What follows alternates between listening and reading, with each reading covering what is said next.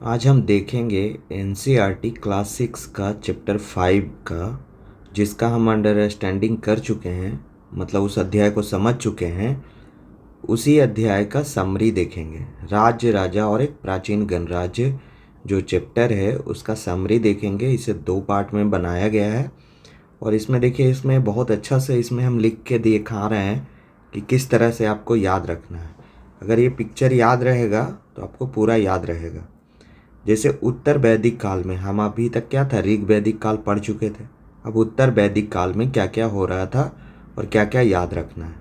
उत्तर वैदिक काल में अश्वमेध यज्ञ होता था। राजा लोग करते थे। राजा लोग क्या करते थे, घोड़ा छोड़ देते थे और जो उस घोड़ा को पकड़ते थे उससे युद्ध करते थे, और जो उस घोड़ा को जाने देते थे उन्हें आमंत्रित किया जाता था अनुष्ठान में। राजा सिंहासन पर बैठता था, पुरोहित उस पर जल छिड़कता था, और जो सारथी लोग थे, सारथी था उसका जो सहचर था, वो उसका गुणगान करता था। तो ये इसमें देखिए क्या क्या है, 5 पॉइंट है जो इम्पोर्टेंट है। विशिष्ट पुरोहितों द्वारा संपन्न किया जाता था। किसके द्वारा संपन्न किया जाता था? यह विशिष्ट पुरोहितों द्वारा संपन्न किया जाता था। सारथी जो था, जो राजा का सहचर था, वही विजयी गुणगान करता था। मतलब राजा के बारे में पूरा बताता था कि राजा ने क्या किया है, क्या नहीं किया। रानी, पुत्र और संबंधी को भी छोटे छोटे अनुष्ठान करने होते थे। विष या वैश्य, जो भी कृषक, पशुपालक थे, व्यापारी थे, वो अन्य राजा, और जो अन्य राजा थे वो भी क्या लाते थे, उपहार लाते थे। क्या लाते थे? उपहार लाते थे। शूद्र जो लोग थे उनको यज्ञ में सम्मिलित नहीं होने का अधिकार था, उनको नहीं शामिल किया जाता था। तो इतना अश्वमेध यज्ञ से संबंधित कुछ पॉइंट है जिसको याद कर लेना है। 5 पॉइंट है और पांचों क्या है, इम्पोर्टेंट है। जनपद क्या था? तो जनपद था जन के बसने की जगह। जो ऋग वैदिक काल के राजा थे वो जन के राजा थे। अब क्या है, जनपद के राजा हो गए। मतलब उस जगह में जो भी लोग बसे हैं उसके वह राजा हो जाता था। जनपद की बस्तियां कुछ खुदाई में मिले हैं। तो कौन कौन मिला है? पुराना किला मिला है। ये तो बहुत इम्पोर्टेंट है, इसको याद कर लेना है कि 3 जगह मिला। हस्तिनापुर में मिला है और अतरंजी खेड़ा में मिला है। अतरंजी खेड़ा और हस्तिनापुर जो है उत्तर प्रदेश में है। हस्तिनापुर मेरठ के पास है और अतरंजी खेड़ा एटा के पास है। और पुराना किला क्या है, दिल्ली में है। जनपद में और क्या क्या था? तो जनपद का फसल क्या क्या था? जब जनपद विकसित हुआ तो उस समय के लोग फसल क्या क्या उपजाते थे? तो चावल, गेहूं, जौ और धान, ये तो पहले से उपजाते आ रहे थे मेहरगढ़ से। आपने पहला अध्याय में ही देखा होगा कि मेहरगढ़ में सबसे पहले जौ को उपजाएं, उसके बाद गेहूं को, उसके बाद चावल को, उसके बाद फिर हड़प्पा संस्कृति तक जब हम आए तो दाल, तिल, सरसों, ये 3 फसल और उपजाने लगे। यहाँ पे नया जो फसल मिला है वो है गन्ना। क्या मिला है? गन्ना। ये अभी उत्तर वैदिक काल के लोग गन्ना को भी उपजाने लगे थे। बर्तन क्या था? तो इनका चित्रित धूसर पात्र था। चित्रित धूसर भांड होता है, मतलब भांड होता है मिट्टी के बर्तन को पकाया जाए तो वह उसको भांड कहते हैं। तो यह जो मिट्टी का बर्तन था वो कैसा था? चित्रित धूसर पात्र था। और इस पे क्या था? सरल रेखा और ज्यामितीय आकृति में कुछ कुछ बना होता था। और यह बहुत ही, इसके बारे में देखिए, यहाँ पे हम पूरा पॉइंट एक जगह कर दिए हैं। समरी में 5 पॉइंट है और ये पांचों बहुत इंपॉर्टेंट है। इसमें मिला क्या है? तो थालियाँ और कटोरियाँ मिली। ये पतली सतह के होते थे, सुंदर एवं चिकने होते थे। विशेष मौकों, विशेष अवसरों पे विशेष लोगों द्वारा उपयोग किए जाते थे। इस पे क्या होता था? सरल रेखा और ज्यामितीय आकृति बना होता था। घर कैसे होते थे उस समय के? तो घर क्या होता था? झोपड़ी होता था। और वो मवेशी पालते थे, मवेशी और अन्य जानवर पालते थे। इस समय उत्तर वैदिक काल में 3 ग्रंथ की रचना हुई। कितने ग्रंथ की रचना हुई? 3 ग्रंथ की। ऋग्वेद का तो पहला ही से हो गया था और ऋग्वेद में देवताओं की स्तुति है, लेकिन इन ग्रंथों में अनुष्ठान की विधियां दी गई है और यह पुरोहितों द्वारा रचित है। वो क्या थे? वो ऋषियों द्वारा रचित थे। उसमें अलग तरह के बात को बताया गया है और इसमें अलग अलग चीज़ें बताई गई है। मतलब कर्म कांड का समावेश ज़्यादा हो गया है इन ग्रंथों में। तो ये ग्रंथ क्या क्या थे? सामवेद थे, यजुर्वेद थे, अथर्ववेद थे, या पुरोहितों द्वारा रचित थे। और इसमें क्या दिया गया था? 2 पॉइंट दिया गया है, अनुष्ठान की विधि और सामाजिक नियम। इसमें ये 2 चीज़ लिखा गया है, सामाजिक नियम क्या होना चाहिए, और इसी समय महिलाओं के बारे में भी जो लिखा गया है, जो अब जाके बहुत कुछ सुधार हो रहा है धीरे धीरे। पहले महिलाओं को क्या माना जाता था? महिलाओं को शूद्र के सापेक्ष माना जाता था। गंगा यमुना के क्षेत्र में रचे गए हैं, या किस क्षेत्र में रचे गए हैं ग्रंथ? गंगा यमुना के क्षेत्र में रचे गए। और अगर आप ऋग्वेद का पढ़ेंगे तो ऋग्वेद जो है सरस्वती नदी के किनारे रचा गया है। अभी वो लुप्त हो गई है, लेकिन हमको उस समय ऋग्वैदिक काल में सरस्वती नदी का मिलता है बखान। तो ये गंगा यमुना के क्षेत्र में रचे गए और वो सरस्वती नदी के किनारे रचे गए। आप जब ओल्ड एनसीईआरटी को पढ़िएगा, आप देखिएगा कि 1 मिनट में 5 प्रश्न का एक सीरीज हम चला रहे हैं, जिसमें ओल्ड एनसीईआरटी से रिलेटेड पूरा का पूरा पॉइंट उसमें दिखा रहे हैं। जो भी है थ्योरी में जो हमको अच्छा लग रहा है उसको खुद से ही फ्रेम करके क्वेश्चन बना रहे हैं, और 1 मिनट में 5 क्वेश्चन हम हर दिन ज्योग्राफी से और हिस्ट्री से ला रहे हैं। और बहुत ही अच्छा अच्छा क्वेश्चन का उसमें कलेक्शन है।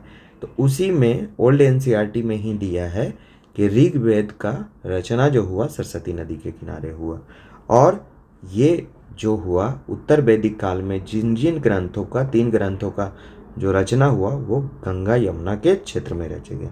यह बहुत ही इंपॉर्टेंट पॉइंट है, किसी भी एग्जाम में आ सकता है। तो ये हुआ उत्तर वैदिक काल के बारे में। अभी इसमें और डिटेल पढ़ेंगे तो वो क्या है, देखिए उत्तर वैदिक काल में वर्ण व्यवस्था कैसा था। तो इसी समय ऋग्वैदिक काल में इतना कठोर वर्ण व्यवस्था का रचना नहीं हुआ था। उस समय व्यवसाय के आधार पर लोगों को वर्ण व्यवस्था डिसाइड किया जाता था। लेकिन अभी क्या है, उत्तर वैदिक काल में वर्ण व्यवस्था बना दिया गया। किनके द्वारा? पुरोहितों के द्वारा। तो वो क्या चार गो वर्ण व्यवस्था को बनाए, ब्राह्मण, क्षत्रिय, वैश्य और वैश्य और शूद्र। ब्राह्मण का काम क्या था? यज्ञ करवाना, अनुष्ठान करवाना, वेद का अध्ययन भी करना और अध्यापन भी कराना, मतलब खुद भी पढ़ना और दूसरों को भी पढ़ाना। क्षत्रिय लोग का क्या काम था? इनका भी 2 काम था, युद्ध करना और लोगों की रक्षा करना। वैश्य और वैश्य क्या क्या थे? तो पशुपालक थे, कृषक थे, व्यापारी थे। इन लोगों को वैश्य कहा जाता था। और शूद्र के बारे में बोला गया कि तीनों वर्ण जो हैं, ब्राह्मण, क्षत्रिय और वैश्य, इनकी सेवा करेंगे। तो क्षत्रिय और वैश्य को यज्ञ करने की अनुमति थी, और यज्ञ कराते कौन थे? तो ब्राह्मण लोग कराते थे, पुरोहित लोग कराते थे। अब क्या था कि इसमें कुछ और इम्पोर्टेंट पॉइंट है जिसको हमने अलग लिख दिया है। महिला और शूद्र, इन दोनों को वेदों के अध्ययन का अधिकार नहीं था। वेदों के अध्ययन का अधिकार नहीं था, ये वेद नहीं पढ़ सकते थे, समझ नहीं सकते थे। शूद्र क्या था? अनुष्ठान करने का अधिकार नहीं था। क्षत्रिय और वैश्य को अधिकार था यज्ञ करने का, अनुष्ठान करने का, लेकिन शूद्र को अधिकार नहीं था। लेकिन यहाँ पे देखिए, महिला को अनुष्ठान में अधिकार नहीं था, लेकिन सम्मिलित किया जाता था। राजा रानी जो होते थे, रानी भी जो होते थे, वो अनुष्ठान करते थे। इसलिए यहाँ पे महिला के बारे में नहीं सोचना है कि वह अनुष्ठान कर सकते थे या नहीं कर सकते थे, लेकिन बहुत सीमित कुछ ही महिला लोग अनुष्ठान कर सकते थे। नहीं तो ज़्यादातर महिलाएं भी अनुष्ठान नहीं कर सकते थे, महिलाएं भी अनुष्ठान नहीं कर सकते थे। सभी वर्णों का निर्धारण कैसे होता था? तो जन्म के आधार पे होता था। किसके आधार पे होता था? जन्म के आधार पे होता था। अछूत, एक अलग ही विश्व, वैश्य और शूद्र से मिला के कुछ लोगों को अछूत माना गया। तो उसमें क्या आते थे? शिल्पकार लोग आते थे, शिकारी लोग आते थे, भोजन संग्राहक लोग आते थे। वो ऐसे भोजन संग्राहक लोग जो लगता था कि अपवित्र काम कर रहे हैं। ऐसे गांधी जी का एक यहाँ पे कहना है कि वह काम जिससे किसी को नुकसान न पहुँचे वह हर काम के बराबर है।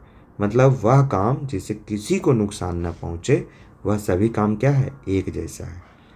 ये गांधी जी का कहना था। लेकिन इस समय उत्तर वैदिक काल में क्या चल गया? उत्तर वैदिक काल में अछूत चला गया, उनको अपवित्र माना गया। जो शिल्पकार लोग थे, शिकारी लोग थे, भोजन संग्राहक लोग थे, जो मतलब कि कुछ भी मारते थे, काटते थे, लड़ाई करते थे और जो मतलब कि मवेशी टाइप के, खाना बदोश टाइप के लोग थे, उनको अछूत माना गया। जो शव जलाने और दफनाने वाले लोग थे उनको भी क्या माना गया? अछूत माना गया।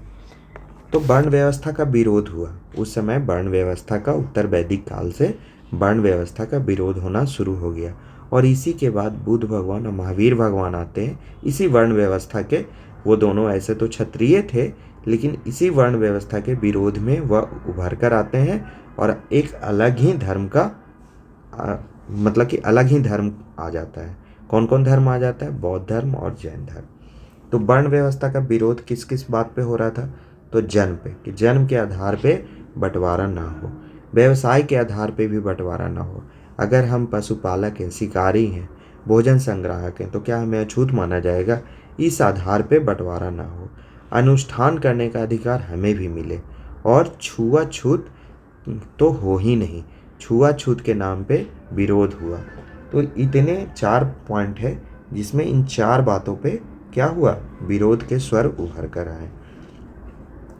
और इसमें एक इम्पॉर्टेंट बात है कि उपमहाद्वीप के जो पूर्वोत्तर क्षेत्र थे उन इलाकों में सामाजिक आर्थिक असमानता बहुत कम थी। क्यों थी?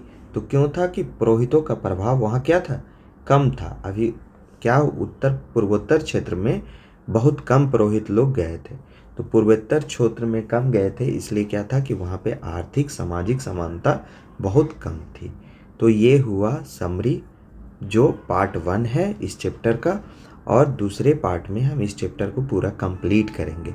अभी तक हमने 5 चैप्टर तक पढ़ लिया है, अंडरस्टैंडिंग कर लिया, और 4 से चैप्टर का समरी कर लिया है, और 4 चैप्टर का क्वेश्चन और एनालिसिस भी कर लिया। देखिए यहाँ पे हम 3 पार्ट में बांटे हैं, 3 पार्ट में एनसीईआरटी को बांटे हैं।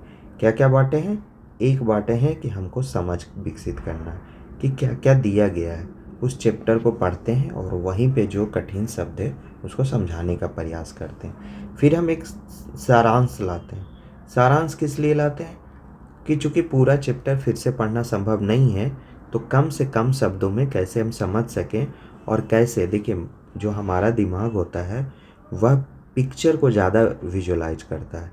तो अगर इस तरह के पिक्चर को आप याद रखिएगा तो आपको याद आ जाएगा। ठीक है, तो एक सारांश लाते हैं और फिर एक क्या लाते हैं? प्रश्न पत्र। क्या लाते हैं? प्रश्न पत्र। तो ये तीसरा पार्ट है जो प्रश्न पत्र लाते हैं, और इस पे जितना भी इम्पोर्टेंट क्वेश्चन बन सकता है वह प्रश्न पत्र लाते हैं। तो ये एनसीईआरटी का क्या है? 3 पार्ट में हम वीडियो चला रहे हैं, जिसमें समझ अगर ज़्यादा बड़ा चैप्टर है तो 2 पार्ट उसका भी कर देते हैं। सारांश अगर ज़्यादा बड़ा हो जाएगा तो उसको भी 2 पार्ट में बदल देते हैं, और प्रश्न पत्र जो है उसको भी 2 पार्ट में बदल देते हैं, लेकिन अमूमन एक ही पार्ट में वह ख़त्म हो जाता है। फिर हम जब पूरा एनसीईआरटी ये ख़त्म कर लेंगे तो उस पूरे एनसीईआरटी में हम देखेंगे कि और कितना अच्छा अच्छा क्वेश्चन डेवलप हो सकता है एक साथ। जब हम पूरा अध्याय को पढ़ लेंगे तो इस एनसीईआरटी का पूरा जम्बल्ड करके पढ़ेंगे। मतलब राजा को एक जगह उठाएंगे, फिर किसी भी चीज़ को एक एक पॉइंट में बदलना शुरू करेंगे। अगर आपने नहीं देखा है तो चैप्टर 4 में जाके देखिए, उसमें मैंने राजा को, चीन का राजा कैसे थे, ऋग्वेद के राजा कैसे थे, उत्तर वैदिक काल के राजा कैसे थे, क्या क्या करते थे, वो मैंने एक ही जगह बता दिया है। तो इस तरह से पॉइंट को एक जगह करेंगे। और जो सबसे इम्पोर्टेंट जो है वह क्या है मेरा? 1 मिनट में 5 प्रश्न। 1 मिनट में 5 प्रश्न का एक सीरीज चल रहा है, जो हर दिन आपके लिए 5 प्रश्न लाता है। सुबह सुबह उठिए और उन 5 प्रश्नों को देख लीजिए, आपको काफ़ी ज़्यादा एग्ज़ाम में फ़ायदा करेगा। और हम पूरा का पूरा बेस क्लियर कर रहे हैं, हमें एनसीईआरटी पे पूरा बेस बना रहे हैं कि बढ़िया से एनसीईआरटी हम समझ ले। और यह पूरा जो एनसीईआरटी है वो इंग्लिश में आएगा, लेकिन थोड़ा समय लग रहा है, इसलिए धीरे धीरे ही आएगा। चलिए आज के लिए इतना ही, धन्यवाद। और आप लोग को अच्छा लगे तो आप इसको कंटिन्यू रखिए और इसको पढ़ते रहिए। आप अपने हिसाब से जो अच्छा लगे, यूट्यूब पे जो वीडियो अच्छा लगे उसको देखिए और समझिए, और अपने दिमाग से उसको देखिए कि क्या यह सही है, इसमें सारा पॉइंट सही है, अच्छा से बताया गया है, तो उसको बार बार देखिए। चलिए धन्यवाद।